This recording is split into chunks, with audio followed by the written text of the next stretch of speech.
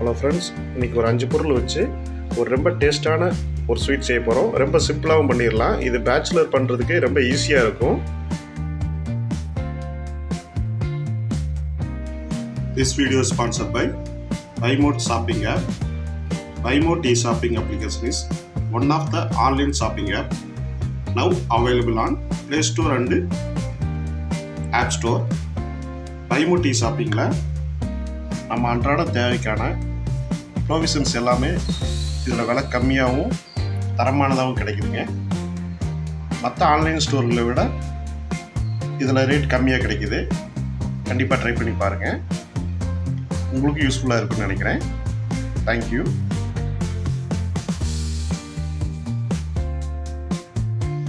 டேஸ்டான sweet pasta எப்படி செய்கிறதுங்கிறதாங்க நம்ம பார்க்க போகிறோம். வாங்க வீடியோக்குள்ளார போகலாம்.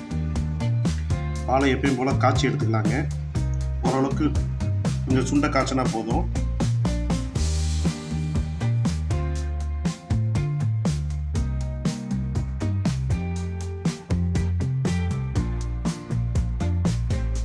ஒரு பாத்திரத்தில் கொஞ்சமாக நெய் ஊற்றி முந்திரி, திராட்சை, ஏலக்காய் லைட்டாக போட்டு வறுத்து எடுத்துக்கலாங்க.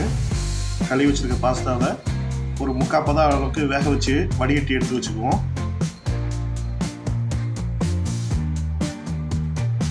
நம்ம வடிகட்டி எடுத்து வச்சுருக்க பாஸ்தாவை முந்திரி திராட்சையோட சேர்த்து கலந்து விட்டுக்கலாம்.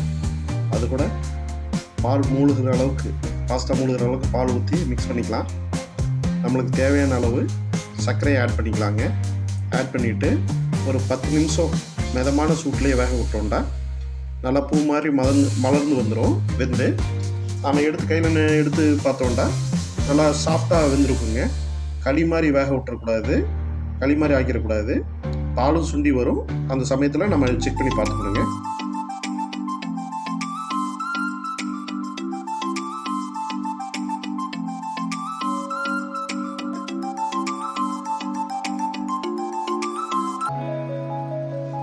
ஒரு 10 நிமிஷத்துக்குள்ளார கொதி வந்து நல்லா பூ மாதிரி மலர்ந்து வந்துடும். நம்ம கையில் எடுத்து நசுக்கி பார்த்தோம்னா கொஞ்சம் நல்லா சாஃப்டாக வந்துடுங்க. பாலும் வற்றிக்கிட்டே வரும். நம்ம ரொம்ப விட்டோம்னா களி மாதிரி ஆயிடக்கூடாது, குழஞ்சி களி மாதிரி ஆயிடக்கூடாது. நம்ம அந்த பதத்தை பார்த்து இறக்கிடணும். இளஞ்சூடு இருக்கிறப்பயே நம்ம சாப்பிட்டோம்னா நல்லா டேஸ்ட்டாக இருக்குங்க. ஆறுன பின்னாடி சாப்பிட்றத விட கொஞ்சம் லைட்டாக சூடு இருக்கிறப்பே சாப்பிட்டோம்னா நல்லா டேஸ்ட்டாக இருக்கும். கண்டிப்பாக ட்ரை பண்ணி பாருங்கள். Thank you friends.